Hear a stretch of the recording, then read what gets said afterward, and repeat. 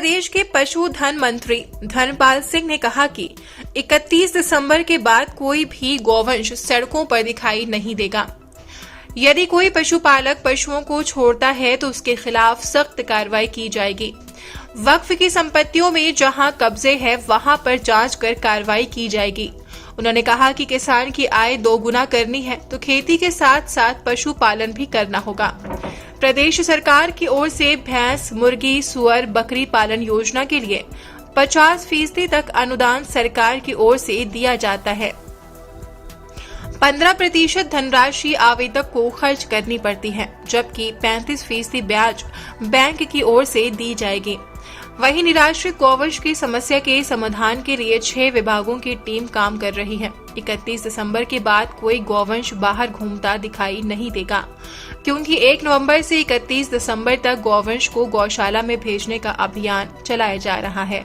इसके लिए ब्लॉकवार टीमों को जिम्मेदारी सौंपी है। 5 दिसंबर तक प्रदेश में 13 लाख से अधिक गौवंश को गौशालाओं में भेजा जा चुका है। सब गेहूं की रेड मरी जा रही, गेहूं सब गैया खाए गई, जितनी फसलें हो रही सब गैया खा रही दगा तक का बच्चों किसान के पास। किसान क्या भीख मांगे, आलू मद्दा हो गया, आलू बाहर जानने दे रहे और जो गल्ला हो नहीं पा रहा, क्या खाएगा किसान। चावल तुम देते 5 किलो सड़ा हुआ गल्ला आता है, और जो है वो जे अरे डीलर लोग गल्ला सड़ा हुआ गल्ला देते, अच्छा गल्ला फिर बुकिंग करते हैं, कुछ फ्री करते हैं, कुछ बेच लेते हैं। किसान के पास क्या रह गया? किसान को मर जा भूखन, किसान क्या करे, भीख मांगे। सरकार तो ये कहती है हम तो किसान। अरे सरकार कुछ नहीं कहती, सरकार क्या कहती? किसानों को लूटमार हो रही है, डकैती पड़ रही है। किसान के लिए क्या मिला है ये बताओ पहले। 31 दिसंबर के बाद कोई भी गौवंश सड़कों पर दिखाई नहीं देगा। पशु गणना करा ली है, पशुओं के कानों में एयर टैग लगा दिए हैं। यदि कोई गौवंश को छोड़ेगा तो जांच करा के संबंधित के खिलाफ कार्रवाई की जाएगी। गौचर भूमि को कब्जा मुक्त करा के उसमें गौचर बनाने का काम किया जाएगा, ताकि चारागाह स्थल पर हरे चारे की बुवाई की जा सके। सरकार की ओर से दावे तो तमाम किए जाते हैं, लेकिन धरातल पर कितने दिखाई देते हैं ये बात तो जग जाहिर है।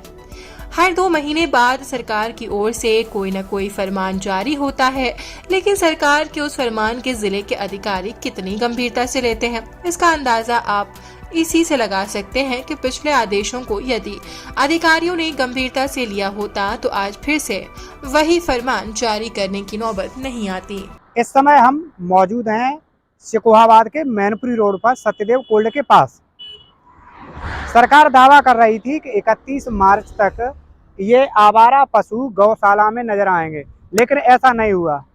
फिर योगी सरकार ने इसकी डेडलाइन 5 अप्रैल तक बढ़ा दी, लेकिन आज भी ये स्थिति है कि हमारे पीछे जो आवारा गौवंश हैं वो भी आवारा घूम रहे हैं, वो भी सड़कों पर।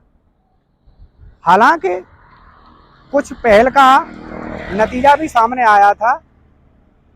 कुछ सफाई कर्मचारियों ने आवारा घूम रहे पशुओं को गौशाला में भी पहुंचाया था, लेकिन रात के समय फिर छोड़ दिया गया। हालात ये हैं और ये आवारा पशु सड़कों के किनारे फिर दिखाई देने लगे हैं। न्यूज इन इंडिया के लिए गगन बिहारी, फिरोजाबाद।